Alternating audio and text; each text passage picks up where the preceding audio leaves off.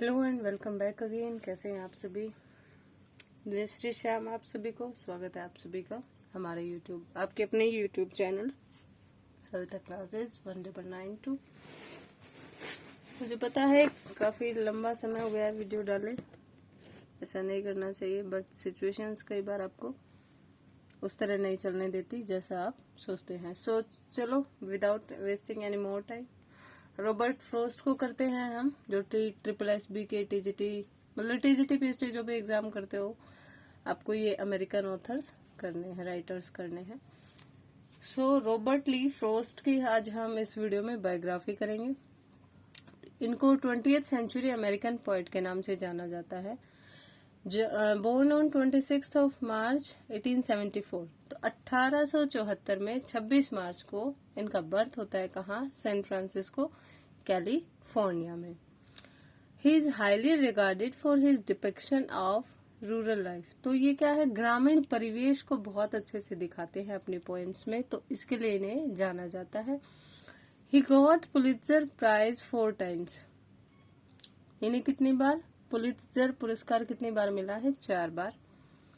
इन dates के बारे में थोड़ा सा मतभेद है।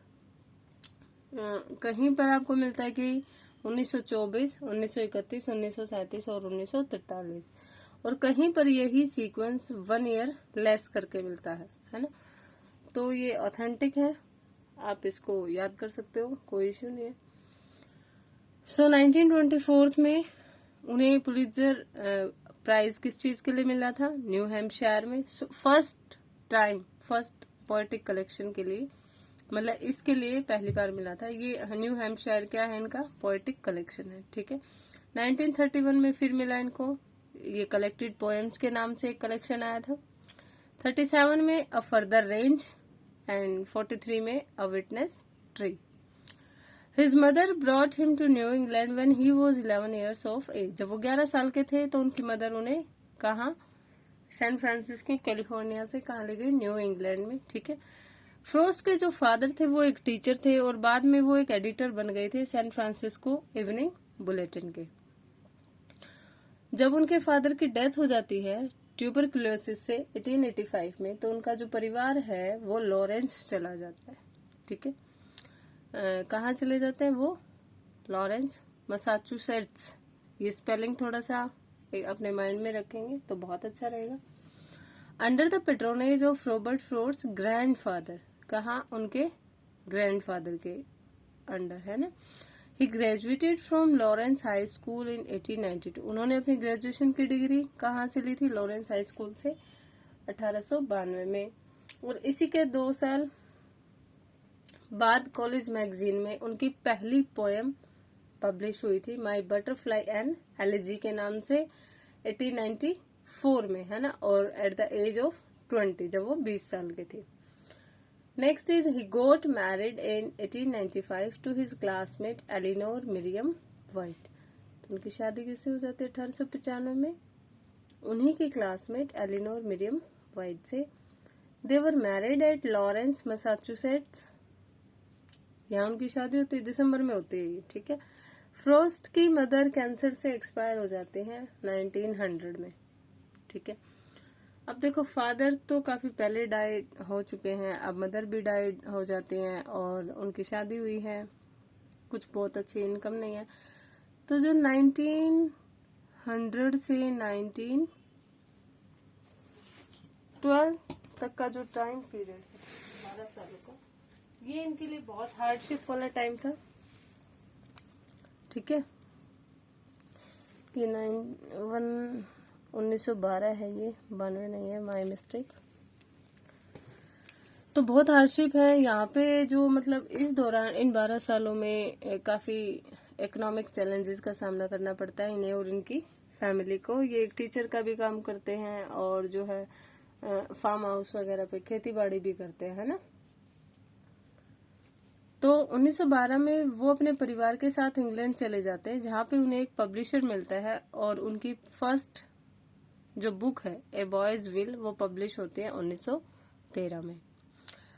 अब 1913 में बुक पब्लिश होती है, फिर तुरंत ही वहां पे क्या आपको पता ही है, वर्ल्ड वार 1 ब्रोक आउट हो जाता है, शुरू हो जाता है तो वो अमेरिका वापस आ जाते हैं और एक न्यू हैम्पशायर में नया फार्म हाउस खरीदते हैं।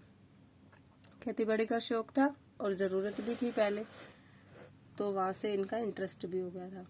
फ्रोस्ट की वाइफ जो है उनको ब्रेस्ट कैंसर हो जाता है 1937 में और उनकी डेथ हो जाती है 1938 में। 1960 में उन्हें यूनाइटेड स्टेट्स कांग्रेशनल अवार्ड मिला, अवार्ड या गोल्ड मेडल आप इसे कह सकते हैं। उन्होंने रेड किया द गिफ्ट आउटराइट, यानी कि जो अमेरिकी प्रेसिडेंट थे जॉन एफ कैनेडी, तो उनकी जो इनॉग्रेशन या जो ऑथ टेकिंग सेरेमनी जो उस टाइम पे हो रही थी, तो वहां पे इनको इनवाइट किया गया था, है ना, बुलाया गया था। तो वहां पे इन्होंने एक पोएम रेड करी थी। कौन सी पोएम पढ़ी थी? The gift outright. कब वो थी? 20 जनवरी 1961 पे ये इवेंट हुआ था और इसमें अमेरिकन हिस्ट्री और उसके जो कल्चर्स वगैरह है उसके बारे में कंपोनेंट्स को दिखाया गया। 1963 में वो बोस्टन में, मतलब 29 जैन 1963 में बोस्टन में इनकी डेथ हो जाती है प्रोस्टेट सर्जरी के रिजल्ट्स के दौरान, है ना, वजह से।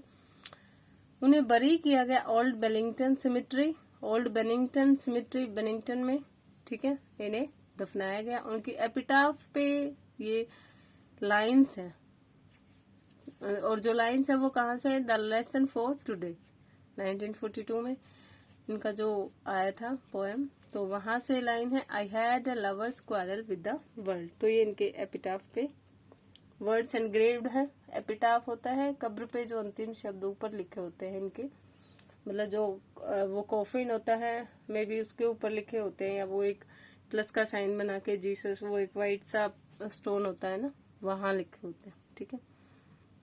सो this was biography of Robert Lee Frost. ये एक इम्पोर्टेंट अमेरिकन पोएट है जो आपको जरूर अपने सिलेबस के हिसाब से करने हैं। मैं जितना इजी लैंग्वेज में आपको करवा सकती थी मैंने करवाया है। वर्क्स को हम अनदर वीडियो में डिस्कस करेंगे। लगातार जुड़े रहिए, सब्सक्राइब कीजिए। जय Shri Shyam. Thank you for watching.